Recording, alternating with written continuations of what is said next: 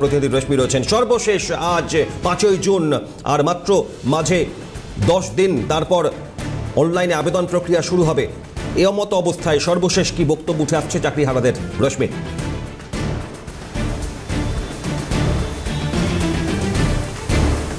দেখো, যারা চাকরিহারারা রয়েছেন তারা নয়া নির্দেশিকা নিয়ে যেরকম খুশি নন, এই নয়া নির্দেশিকা নিয়ে খুশি নন 2016-র যে প্যানেল, অর্থাৎ যেই প্যানেলে পুরোটাই বাতিল করে দেওয়া হয়েছে ইতিমধ্যে কোর্টের নির্দেশে, সেই প্যানেলে অন্তর্ভুক্ত মেধা তালিকায় যারা ছিলেন অর্থাৎ চাকরি প্রার্থীরাও হাইকোর্টের দ্বারস্থ হয়েছে।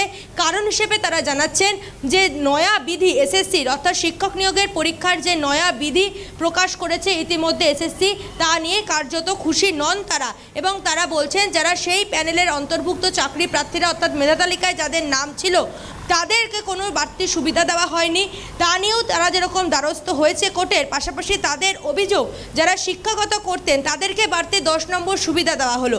কেন তাদেরকে বাড়তি 10 নম্বর সুবিধা দেওয়া হলো তা নিয়ে প্রশ্ন তুলেছেন তারা। অর্থাৎ একদিকে আইনি জটিলতার সৃষ্টি হচ্ছে, অপরদিকে যারা চাকরিহারারা রয়েছেন, যারা বিকাশ ভবনের সামনে লাগাতার টানা 30 দিন ধরে ধর্ণা দিয়ে চলেছেন, তারা বলছেন তারা কিন্তু কোনোভাবেই এই পরীক্ষায় বসতে রাজি নন। তারা বলছেন রিভিউ পিটিশনের ওপর তারা ভরসা রাখতে চান। আগে রিভিউ পিটিশনের শুনানি হোক, রিভিউ পিটিশন দেখা হোক, তারপরে কিন্তু তারা পরীক্ষার বিষয় নিয়ে ভাববেন। যারা চাকরিহারারা রয়েছেন তাদের সঙ্গে কথা বলবো। ইতিমধ্যে যারা চাকরি প্রার্থীরা রয়েছে সেই প্যানেলের অন্তর্ভুক্ত মেধা তালিকায় যাদের নাম ছিল তারা ইতিমধ্যে হাইকোর্টের দ্বারস্থ হয়েছে এসএসসির নয়া বিধিকে চ্যালেঞ্জ জানিয়ে, এবং তারা বলছেন সেই নয়া বিধি নিয়ে তারাও সন্তুষ্ট নন। আপনারা যারা চাকরিহারারা রয়েছেন এই বিষয়টিকে কিভাবে দেখছেন? কারণ সেই আবার এই নোটিফিকেশন নিয়ে কোর্টের দ্বারস্থ হলো, তাহলে কি পরীক্ষা নিয়ে একটা অনিশ্চয়তা তৈরি হলো বলে মনে করেন?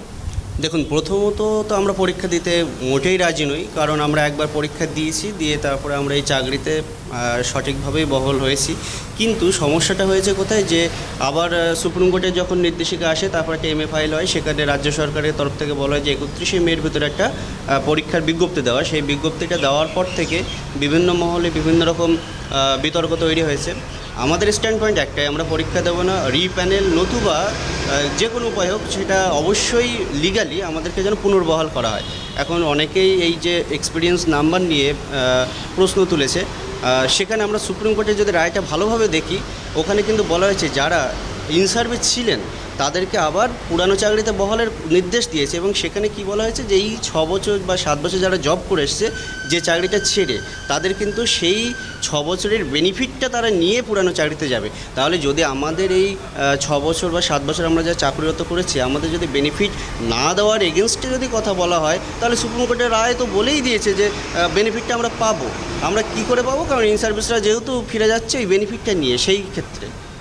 পাশাপাশি যারা চাকরি প্রার্থীরা রয়েছে এই প্যানেলের অন্তর্ভুক্ত মেধা তালিকার অন্তর্ভুক্ত যারা ক্যান্ডিডেটরা রয়েছে, তারা বলছে যে এই যে নয়া নির্দেশিকা বা নয়া বিধি এসএসসি যে নতুন বিধি এনেছে, সেই নতুন বিধিতে খুশি নন তারা। কি বলবে? এবং তারাও হাইকোর্টের দ্বারস্থ হলো। তাহলে কি মনে হচ্ছে আইনি জটিলতা আরও বৃদ্ধি পেল? স্বাভাবিকভাবে আইনি জটিলতা তো বাড়বেই, কারণ নোটিফিকেশনে অলরেডি দেখা গেছে বিভিন্ন রকম জায়গায় একটু সমস্যা রয়েছে। ওবিসি মামলা থেকে শুরু করে অনেক কিছুই আছে। তার সাথে অনেকের বক্তব্য যে একাডেমিক স্কোর কমানো হয়েছে, ইন্টারভিউ নাম্বার বাড়ানো হয়েছে, এই সব ইস্যু নিয়ে অনেকেরই স্বাভাবিকভাবেই প্রশ্ন থেকে যায়। তো তারা তো কোর্টের দ্বারস্থ হবে, এটাই স্বাভাবিক। তাহলে কি পরীক্ষা নিয়ে একটা অনিশ্চয়তা তৈরি হচ্ছে বলে আপনারা মনে করছেন নতুন করে? সেটা তো অবশ্যই অনিশ্চয়তা মনেই হচ্ছে, এবং আমরা তাকিয়ে আছি হাইকোর্টে খুব সম্ভবত আজকে একটা শুনানির ব্যাপার আছে। তো সেখানে আমরা দেখতে চাই যে আলটিমেটলি কী হচ্ছে, সেদিকে আমরা নজর রাখবো। আর কিছুদিন বাকি, তারপরেই শুরু হবে ফর্ম ফিল আপের প্রক্রিয়া পরীক্ষা দেওয়ার ক্ষেত্রে।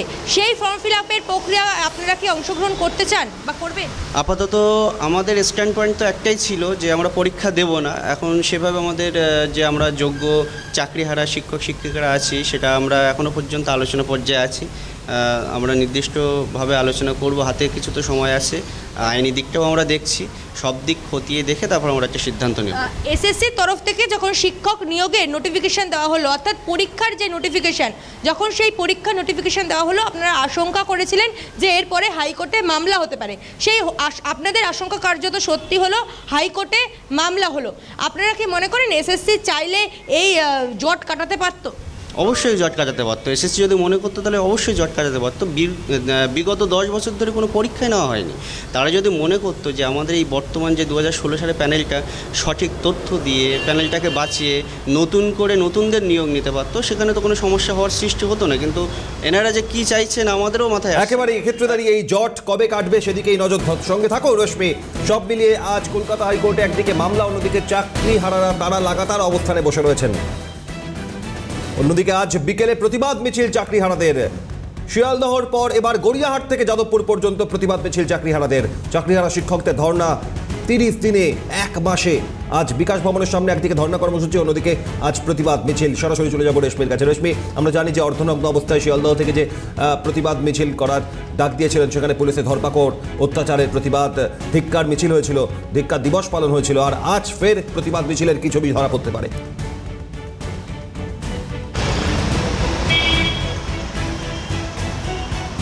দেখো, শিয়ালদার যেই ঘটনা ঘটেছিল, পাশাপাশি বিকাশ ভবন অভিযানের সময় যেই ঘটনা ঘটেছিল, সেই ঘটনার প্রতিবাদে অর্থাৎ চাকরিহারারা বারংবার বলেছেন যে তাদের ওপর নির্যাতন করা হয়েছে, পুলিশ তাদেরকে লাঠিপেটা করেছে। এর প্রতিবাদে পাশাপাশি চাকরিহারা যারা শিক্ষক শিক্ষিকাদের, তাদের একাধিকবার বিধাননগর নর্থ থানায় তলব করা হয়েছিল। এই ঘটনার প্রতিবাদে তারা আজকে একটি প্রতিবাদ মিছিল এবং ধিক্কার মিছিলের ডাক দিয়েছেন। গড়িয়াহাট থেকে শুরু হবে, যাবে যাদবপুর 8B বাস স্ট্যান্ড পর্যন্ত। সেখানে তাদের একটি সভা রয়েছে। আজকেও তো আপনাদের একটি প্রতিবাদ মিছিল রয়েছে। পুলিশের অনুমতি পেয়েছেন সেই মিছিলে? আমরা কোনো মিছিলেই পুলিশের অনুমতি পাই না প্রথমত। আর আজকে মিছিল যেটা একটা নয়, পুরো রাজ্য জুড়ে সমস্ত জেলাতেই প্রধান প্রধান কেন্দ্রে মিছিলটা হবে। আপনি যেটা বললেন ওখানে তো হচ্ছেই, সেই সাথে সাথে উত্তর চব্বিশ পরগনা এবং অন্যান্য জেলায় 5টার সময় মিছিলটা হবে এবং এককভাবে সব জায়গায় মিছিলটা হবে। মেন উদ্দেশ্য ওটাই যে আমরা একটা শান্তিপূর্ণ মিছিলের আহ্বান করেছিলাম, তো সেখানে দেখা যায় মিছিল শুরু হওয়ার আগেই হাইপার অ্যাক্টিভ হয়ে পুলিশ কী করেছে, আমাদেরকে ওখান থেকে তুলে মিছিলটাকে ভাঙার একটা প্রচেষ্টা করেছিল এবং সেটা আপনারা মিডিয়াতেও দেখিয়েছেন, আমরা সবাই তার সাক্ষী ছিলাম। তো এই যে আমাদের শান্তিপূর্ণভাবে যে আমাদের মিছিল তো হওয়াটা কোনো অনৈতিক নয়, কারণ আমাদের এই পর্যায়ের জন্য তো আমরা দায়ী নয়। আমরা মিছিল কেন করতে যাব? এই পর্যায়ে এসছি তার কারণে মিছিল করতে হচ্ছে। তো সেটা যেহেতু বাধার সৃষ্টি হচ্ছে, তার জন্য আমরা সমস্ত জেলাভিত্তিক আজকে 5টার সময় এটা করব। জেলায় জেলায় আপনাদের একাধিক কর্মসূচি রয়েছে। পাশাপাশি আপনারা যখনই অভিযোগ করেছেন বারংবার একই জিনিস, যে যখনই আপনারা আন্দোলন বা মিছিলের ডাক দিয়েছেন সেই সময় পুলিশ অতি সক্রিয় হয়ে গিয়েছিল। শিয়ালদার মিছিলেও সেই ছবি দেখা গিয়েছে এবং বিকাশ ভবনের আন্দোলনের সময় আপনারা বলেছেন সেই একই ছবি দেখা গিয়েছে। আজকেও যদি সেরকম পরিস্থিতির সৃষ্টি হয়, আপনারা কি পদক্ষেপ গ্রহণ করবেন? এখন দেখা যাক আজকে ওনারা কি ব্যবস্থা নেন, তার উপরে নিশ্চয়ই আমরা চিন্তাভাবনা করব পরবর্তীকালে কি পদক্ষেপ নেওয়া যায়, সেটা আগে থেকে বলা যাচ্ছে না। আপনারা বারংবার এটাই বলছেন যে শিয়ালদার মিছিল শুরু হওয়ার আগেই আপনাদের আটকে দেওয়া হয়েছিল, সেই মিছিল শুরুই হয়নি। সেক্ষেত্রে আজকেও যদি আপনাদের মিছিলে আটকে দেওয়া হয়, সেই মিছিলকে আপনারা জারি রাখবেন? মিছিল আমরা জারি রাখবো যতদিন না আমরা ন্যায় বিচার পাবো। রাস্তা এবং অবস্থান বিক্ষোভ দুটোই জারি রাখবো। হয়তো বাধা আসবে, কিন্তু আমরা চেষ্টা করবো নেক্সট টাইম আরও অ্যাক্টিভলি সেটা করা যায়, তার চেষ্টা অবশ্যই করবো। বিকাশ ভবনের যেই ঘটনা, অর্থাৎ বিকাশ ভবনের সামনে আপনাদের প্রতিবাদ, তারপরে যেই উত্তপ্ত পরিস্থিতির সৃষ্টি হয়, এরপরেও দেখা গেছে বারংবার আপনাদের যারা চাকরিহারা শিক্ষক শিক্ষিকাকে তাদের বিধাননগর নর্থ থানায় তলব করা হয়েছে। গত 2 দিন আগেই মেহবুব মণ্ডল এবং আপনাদের আরেকজন অমিতকেও তাকেও তলব করা হলো। তো কি মনে করছেন যে এই আন্দোলন দমানোর চেষ্টা?